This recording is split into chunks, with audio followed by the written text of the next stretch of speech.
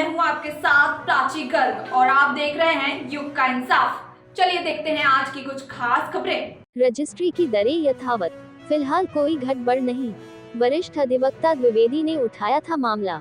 1 अप्रैल 2024 में संभावित रजिस्ट्री दरें आदर्श आचार संहिता के चलते फिलहाल यथावत रहेगी। दरअसल इस मामले से वरिष्ठ अधिवक्ता प्रमोद कुमार द्विवेदी ने आचार संहिता के चलते नई दरें लागू करने और जिला मूल्यांकन समिति गठित नहीं होने पर आपत्ति ली थी।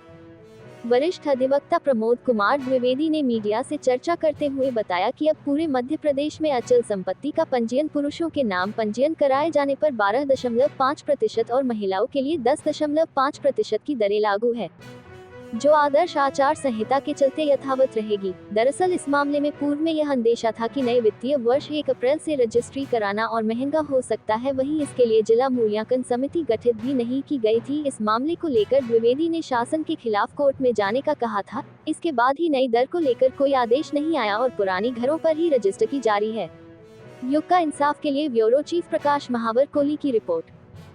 लोगों में से कुछ लोग साथ आए थे जब मैंने सीधे सीधे आरोप लगाया था कि मध्य प्रदेश की सरकार आदर्श चुनाव आचार संहिता के चलते गाइडलाइन नहीं बढ़ा सकती। नियम, कायदे, कानून सब बताए थे। साथ ही साथ ये भी बताया था कि गाइडलाइन बढ़ाने पर कुछ जगहों पर सरकार को लाभ प्राप्त होगा, विक्रेता को लाभ प्राप्त होगा और क्रेता को नुकसान होगा।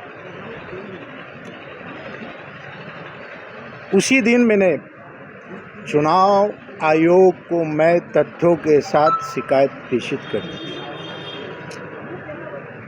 इंदौर के जिला प्रशासन से लेकर के पूरे मध्य प्रदेश के सारे जिला प्रशासनों को अलग अलग तरीके से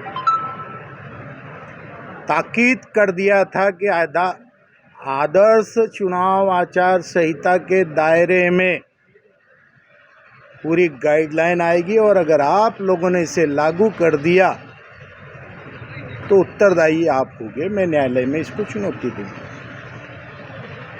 मैंने आप लोगों के सामने जो पत्र दिया है वो महानिरीक्षक पंजीयक का पत्र है और पत्र को पढ़ें। सीधे लिखा है, आदर्श चुनाव आचार संहिता को देखते हुए गाइडलाइन लागू नहीं की जा सकती।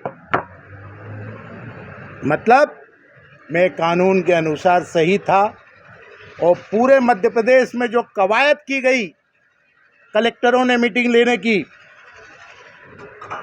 मैं आज भारतीय जनता पार्टी के नेताओं से, मंत्री से और मुख्यमंत्री से सवाल करना चाहता हूं कि पहले नियम और कायदे कानून देख लेते।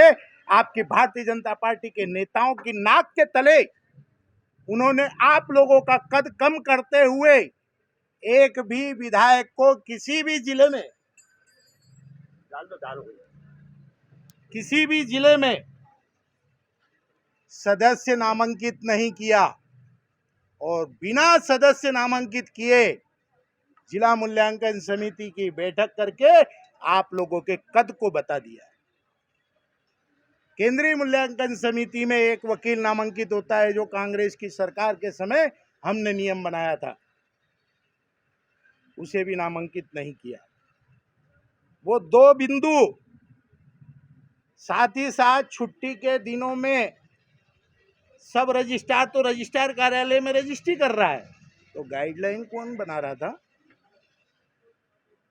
ये सारे तकनीकी पहलू आप लोगों के लिए पर्याप्त हैं कि किस तरह से गाइडलाइन के नाम पर छलावा किया जाता। लेकिन शॉर्टकट आदर्श आचार संहिता क्या अभी याद आई है महानिरीक्षक पंजीयक को? बैठक करने का ढोंग क्यों किया? ये एक बड़ी साजिश थी। मैं एकमात्र ऐसा वकील हूं इंदौर में जिसने डंके की चोट आप लोगों के सामने कहा था कि गाइडलाइन लागू नहीं होगी और अगर लागू हुई तो न्यायालय की शरण ली जाएगी। मैंने अपने पक्षकारों से भी कहा कि गाइडलाइन लागू नहीं हो सकती, ये कानून का मामला है। और मैं यकीन के साथ कहता हूँ कि लड़ाई कोई सी भी हो, अगर नीति साफ है, नीयत साफ है, तो आप लोग जीत सकते हैं। रंग पंचमी के दूसरे दिन इंदौर में ऐच्छिक अवकाश होता है। कुल 3 ऐच्छिक अवकाश कलेक्टर को उस जिले में देने का अधिकार है। इंदौर में जुलूस विसर्जन गणेश अनंत चतुर्दशी के दूसरे दिन का, रंग पंचमी के दूसरे दिन, ऐसे कुछ अवकाश अधिकारियों ने, जनता ने अवकाश भूल करके सरकार का खजाना भरने की कोशिश की। 2515 करोड़ रुपए सरकार के खजाने में कल रात को आ गए थे। अगर रात को 12 बजे तक स्लॉट चलते तो शायद 2540 करोड़ का टारगेट इंदौर फिर पूरा कर देता। मैं इंदौर की जनता को बधाई देता हूं कि ये खजाना सरकार का भरा गया है, इससे विकास कार्य होगा। लेकिन मैं ताकीद कर देना चाहूँगा और सवाल खड़े कर रहा हूँ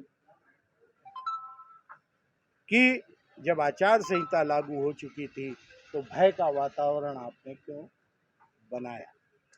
ये थी हमारी आज की कुछ खास खबरें और इन्हीं खबरों के लिए बने रहिए हमारे साथ।